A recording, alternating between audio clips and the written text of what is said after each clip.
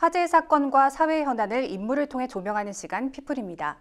2023년 6월 전세 사기 특별법 제정 이후 올해 3월까지 누적 피해자가 2만 8천여 명에 달한 것으로 조사됐는데요. 이 같은 추세라면 다음 달이면 3만 명이 넘어설 것으로 전망됩니다. 특히 젊은 세대의 피해가 두드러지면서 최근에는 매월 적지 않은 금액을 월세로 지출하는 청년들도 늘고 있는데요. 조나리 기자가 부동산 전문 엄정숙 변호사를 만나 전세 계약 시 주의할 점과 구제 방안에 대해 듣고 왔습니다.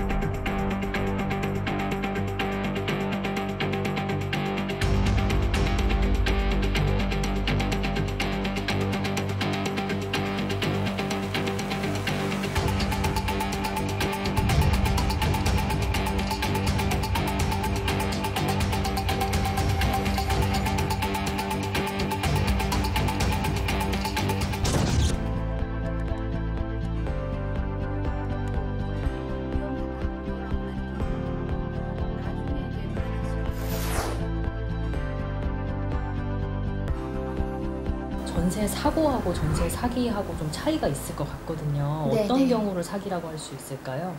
네, 이제 전세 사기라고 하면은 임대차 계약을 체결할 당시부터 이제 변제 보증금에 대해서 이제 차후에 돌려줘야 될 돈일 텐데 이제 그것에 대해서 돌려줄 변제할 능력이나 또 변제할 의사가 없는 상태에서 계약을 체결하는 것을 이제 전세 사기라고 하고요. 이와 반대로 뭐 전세 사고라는 것은 계약 당시에는 그런 뭐 보증금에 대해서 반환 위험이 없었는데 만기에 도래해서 어떤 상황의 변수가 일어나서 뭐 집값이 갑자기 크게 하락했다든지 뭐 이런 상황 때문에 돌려주지 못하는 뭐 일반적인 그 이제 보증금을 이제 그 만기에 제대로 돌려주지 못하는 것을 전세 사고라고 할 수 있을 것 같습니다.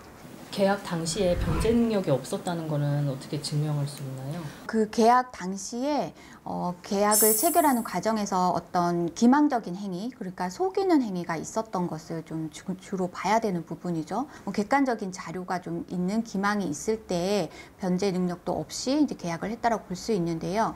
예를 들면 뭐 신탁 등기가 되어 있는데 신탁 등기가 되어 있는데도 불구하고 그 본인이, 그러니까 임대인이 마치 본인이 임대차 계약을 체결할 권한이 있는 것처럼 이제 잘 모르는 세입자를 속이는 거죠. 그래서 사실 원래 신탁 등기가 되어 있을 경우에는 이제 신탁사, 그러니까 뭐 수탁 회사가 임대차 계약을 체결할 권한을 가지는 경우가 많습니다. 그래서 그런 부분들에 대한 뭐 법률적인 권리에 대해서 제대로 고지하지 않고 임대인이 마치 자기가 계약 체결할 권한이 있는 것처럼 해서 계약을 체결하면 이제 나중에 이제 그 계약 자체가 무효가 될 수가 있기 때문에 그런 경우에는 뭐 변제할 의사나 능력도 없이 계약을 체결했다라고 볼 수 있습니다. 최근 전세 사기에서 드러난 어떤 경향성이 있는지 좀 궁금하거든요. 네. 아주 뭐 이제 근래 와서는 좀 잠잠해지고 있기는 한데 뭐 2, 3년 전, 그러니까 2021, 2년부터 뭐 2023, 4년도까지는 상당히 이제 전세 사기가 기승을 부렸다고 할 수 있고요. 과거에는 좀 약간 개인적으로 뭐 어떤 공인중개사 한 명의 뭐 일탈에 의해서 사기가 일어났다라고 한다면 최근에는 좀 그 수법이 상당히 그 전문성을 띠고 있고 좀 또 단체성을 띠고 있어서 좀 집단적으로 여러 그 매체에서 말하자면 뭐 공인중개사 집단이라든지 뭐 이렇게 하기 때문에 개인에 불과한 세입자로서는 그런 것들을 다 확인할 수가 없고 뭐 이 그러니까 임대인과 중개사가 함께 이렇게 계약을 함에 있어서 뭐 이렇게 이 집값에 대해서는 안전하다라든지 신탁 등기에 대해서 효력에 대해서 제대로 고지하지 않고 뭐 안전하다라고만 하게 되면 세입자로서는 또 그렇게 믿을 수밖에 없는 상황이 돼서 이제 뭐 그런 부분들이 좀 일어나고 있는 것 같습니다. 개인 간 무슨 전세 사기도 흔한 편인지 이렇게 뭐 조직적이라든 대규모는 아니고. 근데 전세 사기 부분에 있어서는 사실 개인적으로 일어나기는 쉽지가 않은 부분도 있는데요.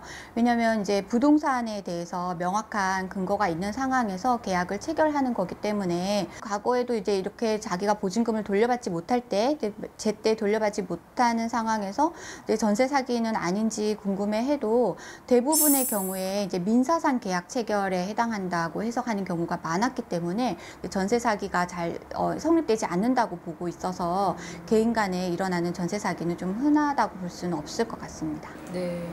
흔히 볼 수 있는 전세 사기는 어떤 경우인가요? 이제 뭐 그 부동산 등기부에 이제 신탁 등기가 되어 있는데 신림동에서 일어났던 전세 사기건의 경우에 이제 원래는 이제 신탁 등기가 되기 전에 임대인이 계속해서 이제 다세대 주택에 대해서 이제 세입자를 받고 하는 상황에 있다가 중간에 이제 이 전세 목적물에 대해서 신탁 등기를 하게 됐습니다. 그랬음에도 불구하고 임대인은 자기가 신탁 등기를 했기 때문에 더 이상 임대 권한이 없게 된 상황인데 또 이제 그런 내용들을 잘 고지하지 않고 과거에 이제 자기가 임대차 계약을 체결한 것처럼 똑같이 계속해서 이제 신규 세입자를 받고 이제 내보내고 하면서 보증금을 본인이 중간에서 착복한 것이죠. 이제 이렇게 됐을 때는 권한이 없는 임대차 계약 체결이기 때문에 사실 사기라고 할 수가 있는 뭐 그런 유형이 있습니다. 전세 사기 예방하기 위해서 반드시 알아야 할 뭐 조치나 절차가 무엇이 있을까요? 자기가 들어갈 그 임대 목적물, 집에 대한 등기부 등본을 분명하게 확인하는 것인데요. 등기부 등본상에 선순위 권리가 이제 얼마나 있는 것인지, 그래야 내가 낼 보증금이 안전하게 돌려받을 수 있는지를 가늠할 수 있거든요. 그 이외에도 그 시세를 좀 확인해 보는 것, 그 부동산의 이제 시세 대비 결국 내가 낼 보증금이 그 얼마나 이제 되는지를 확인해 보는 것인데요. 시세를 지나치게 높게 잡게 되면 내가 이제 낼 보증금에 대해서도 금액이 높아지게 됐을 때 나중에 이제 보증금을 돌려받을 시점이 됐을 때는 뭐 부동산 값이 또 하락한 상황에서 뭐 이제 그게 경매로 넘겨졌다고 하면 사실 배당받을 돈이 줄어들게 되는 거죠. 낙찰자가 높은 금액을 내지 않을 테니까. 사실 시세 확인이 가장 어려운 부분들이 뭐 신축된 빌라라든지 다가구 주택의 경우에 뭐 자기가 몇 번째로 들어가는 세입자인지 이런 것들을 좀 확인하실 필요도 있는데, 그러니까 물론 정확하게 다 아는 방법이 있지는 않겠지만 그래도 현장에 간다든지 해서 다가구인 경우에는 사실 목적물이 전체가 등기부가 되어 있고 그 중에서 이제 개별적으로 등기된 것은 아니기 때문에 그곳에 몇 명이나 이제 입주가 되어 있는지 이런 것들을 좀 확인을 해서 내가 낼 보증금이 이제 안전한지를 좀 확인할 필요가 있습니다. 또 이렇게 조치를 했는데도 혹은 뭐 조치를 못했어서 이렇게 전세 사기를 당했을 때 피해자가 이제 할 수 있는 조치나 구제 절차가 무엇이 있을까요? 계약을 체결함에 있어서 어떤 임대인 측에서 속인 게 있었는지 기망하고 뭐 시세에 대해서 어떤 지나치게 터무니없는 이제 뭐 얘기를 한 게 있어서 본인이 속았는지에 대해서 좀 검토를 해봐야 할 것인데요.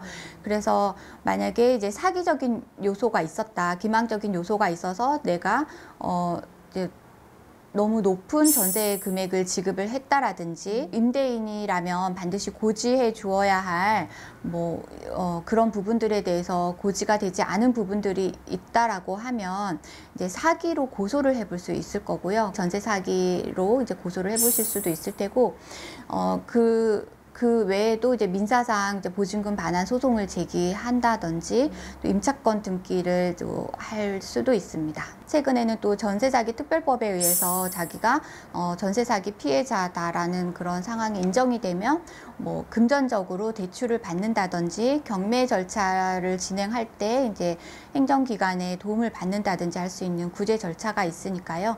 그런 행정적인 도움도 이제 받아보실 수 있을 겁니다. 방금 말씀하신 절차는 아까 말씀하신 사기 아니고 그냥 사고의 경우에도 받을 수 있는 건가요? 사기 피해자로 좀 인정이 돼야 되는 부분이 있습니다.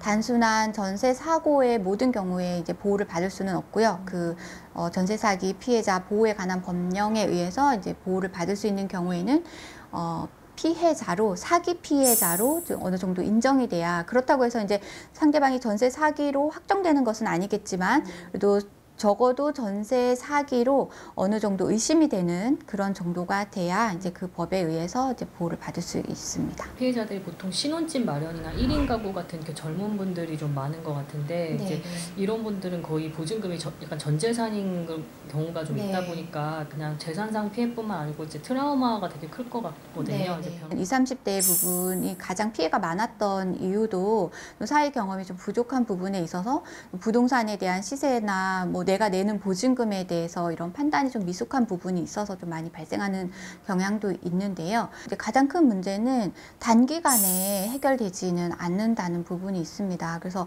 저희가 보증금 반환 소송을 진행을 하다 보면 또 임대인은 파산 신청을 해서 파산에 이제 넘어가게 되면 또 그 파산 절차가 끝날 때까지 저희가 소송을 중지하고 또 멈춰야 되는 부분도 있어서 뭐 적어도 수년, 1, 2년 이상은 또 소요되는 경우도 있는 부분인데 이런 부분 때문에 사실 세입자들은 상당히 스트레스를 받고 뭐 정신적으로도 이제 그런 트라우마를 많이 겪고 있겠죠. 근데 일단 시간이 길다는 부분 때문에 뭐 일단 본인이 당장 보증금을 돌려받지 못한 상황이 됐다라고 했을 때 너무 조급하게 생각하실 것이 아니고 또 뭐 장기간에 걸쳐서 좀 이제 시간이 많이 이제 필요하다라는 부분들을 좀 인식하시고 해결을 하셔야 좀 스트레스도 좀 덜 받지 않을까 생각합니다. 정치권에서도 이 전세 사기 문제에 대해서 좀 관심을 충분히 가지고 있다고 변호사님 보시나요?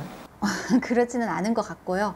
아무래도 개인적인 계약의 영역이다 보니까 그런 것들을 또 뭐 사회적으로 또 전반적으로 다 해결하기는 좀 한계가 있다라고 이제 생각하고 있지 않을까 생각합니다. 전세 사기는 사실 전세 사고와 또 비슷한 부분이 있어서 어떤 경우에 전세 사기인지 경계선이 사실 모호한 부분이 있습니다. 그래서 과거에는 이제 전세 사기로 잘 형사상 처벌되지 않는 경향이 강한 부분도 있었고, 근데 이제 이런 부분들을 사실 제도적으로 모두 다 보완하기는 좀 한계가 있는 부분이 있어서 임대인이나 중개사의 말만 믿는 것이 아니라 이 부동산의 시세가 이제 정확하지는 않아도 이제 대략 내가 내는 보증금에서 안전하게 돌려받을 수 있는 것인지를 좀 판단을 해보셔야 되고, 또 등기부상 뭐 가압류, 가등기 등기가 된 것은 없는지, 또 신탁 등기나 근저당 등기가 있을 때 선순위는 얼마나 되는 것인지에 대해서 좀 더 이제 신중하게 판단을 하는 게 좀 필요해 보입니다.